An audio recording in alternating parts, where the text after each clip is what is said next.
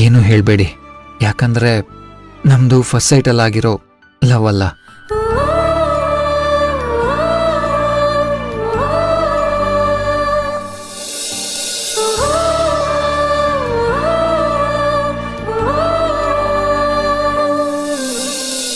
ನಾನಿರೋವರೆಗೂ ಹೀಗೆ ನಿಮ್ಮನ್ನ ಜೋಪಾನ ಮಾಡಿ ಕಾಯ್ತಾ ಇರ್ತೀನಿ. ನಾನ್ ಮೋಸ ಮಾಡಿ ಈ ಮನೆಗ್ ಬಂದಿದ್ದೀನಿ ಅಂತ ನಿಮಗ್ ಅನ್ನಿಸ್ತಾನೆ ಇಲ್ವಾ? ಹೋಗ್ಲಿ, ನಾನ್ ಭೈರವಿ ಅಂತ.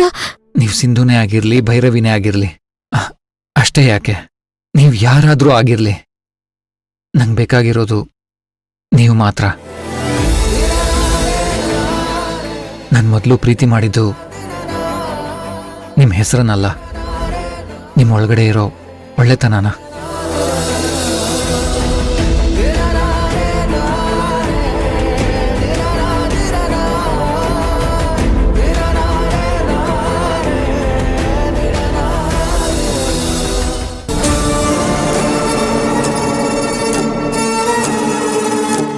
ಏನಕ್ಕ ಇದು? ನಮ್ ವಿರಾಟ್ ಅವಳ ಜೊತೆ ಹೋಗೇ ಬಿಟ್ನಲ್ಲ. ನಮ್ಮಮ್ಮ ಹಾಗೆ ಹೀಗೆ, ನಾನು ನಮ್ಮಮ್ಮನ ಹಾಗೆ ವರ್ಕೋಹಾಲಿಕ್ ಆಗ್ಬೇಕು ಅಂತ ಹೇಳ್ತಾ ಇದ್ದಿದ್ ವಿರಾಟ್ ಇವನೇನಾ? ಆಗ್ಲೇ ಹೇಳಿದ್ಯಲ್ಲ ಸ್ಕೆಚ್ಚು ಅಂತ, ಅದೇ ಅದೇ ಇದು. ನನ್ ಮಗನ್ನ ದೂರ ಮಾಡ್ದವಳ್ಗೆ ತಾಯಿ ಸಂಕಟ ಹೇಗೆ ಅರ್ಥ ಆಗ್ಬೇಕು?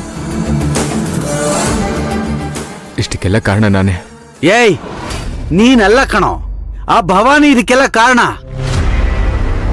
ಇಲ್ಲ, ಇಲ್ಲಿ ಆಗ್ತಿರೋದಕ್ಕೆಲ್ಲ ಕಾರಣ ನಾನೇ. ನಾನ್ ಭವನಿನ್ ಪ್ರೀತಿ ಮದ್ವೆ ಆಗದೆ ಹೋಗಿದ್ರೆ ಸಿಂಧು ಭೈರವಿ ವೇಷ ಹಾಕೊಂಡು ಬರೋ ಹಾಗಾಗ್ತಾ ಇರಲಿಲ್ಲ. ಸಿಂಧು ಸುಳ್ಳಿನ ಮುಖವಾಡ ಹಾಕೊಂಡಿದ್ದು ನಮಗೋಸ್ಕರ, ನನ್ನ ಭವಾನಿ ಪ್ರೀತಿಗೋಸ್ಕರ. ಅವರೇ ಇಲ್ದಿರೋ ಈ ಮನೇಲಿ ನಾನು ಹೇಗಿರೋದು? ಏಯ್ ಅಥರ್ವ, ಏನೋ ಹೇಳ್ತಾ ಇದೀಯ ನೀನು? ನನ್ನ ತಮ್ಮ ವಿರಾಟ್ ಇಲ್ದಿರೋ ಮನೇಲಿ ನಾನಿರಲ್ಲ.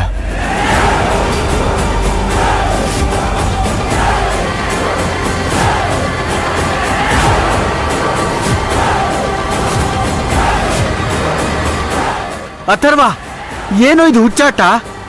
ಅಕ್ಕನ ಪರಿಸ್ಥಿತಿ ನಿಮ್ಗೆ ಯಾರಿಗೂ ಅರ್ಥನೇ ಆಗ್ತಿಲ್ವಾ?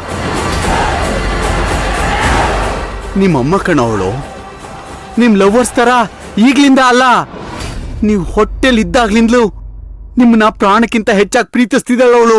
ಇರಬಹುದು, ಆದ್ರೆ ಇಷ್ಟೆಲ್ಲ ಆಗ್ತಿರೋದು ಆಗಿರೋದು ಎಲ್ಲ ನನ್ನಿಂದಾನೆ.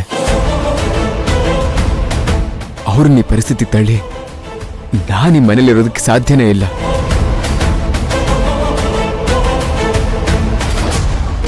ಅಲ್ವೋ, ನೀನು ಈ ಮನೆಗೆ ದೊಡ್ಡ ಮಗ.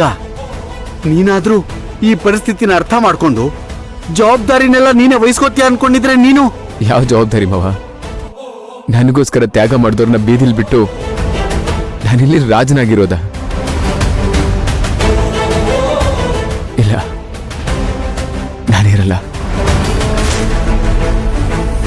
ಭವಾನಿ, ಅಥರ್ವ, ಅಥರ್ವ, ಅಥರ್ವ!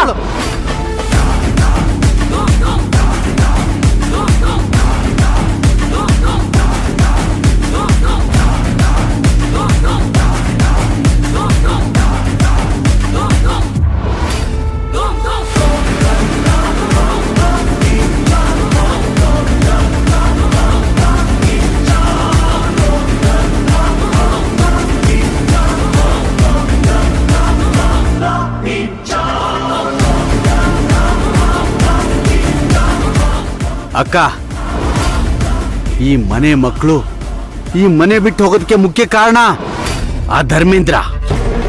ಅವ್ರ ಮನ್ಸೊಳಗೆ ವಿಷ ಬೀಜ ಬಿತ್ತಿರೋನೇ ಅವನು. ಮೊದ್ಲು ಅವನಿಗೆ ಕಾಲ್ ಮಾಡು. ಅಕ್ಕ, ಏನ್ ಯೋಚನೆ ಮಾಡ್ತಾ ಇದ್ಯಾ? ಮೊದ್ಲು ಅವನಿಗೆ ಫೋನ್ ಮಾಡು.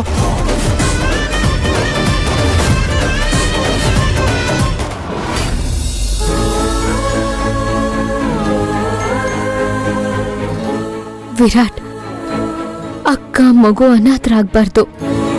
ಅವಳು ಬಯಸಿದ ಜೀವನ ಅವಳಿಗೆ ಸಿಗ್ಬೇಕು ಅನ್ನೋ ಒಂದೇ ಒಂದ್ ಕಾರಣಕ್ಕೆ ನಾನ್ ಭೈರವಿ ಆದೆ. ಯಾಕಂದ್ರೆ ನನ್ಗೆ ನಮ್ಮಪ್ಪ ಅಮ್ಮನ್ಗಿಂತ ನನಗ್ ನನ್ನ ಅಕ್ಕ ಅಂದ್ರೇನೆ ಸರ್ವಸ್ವ.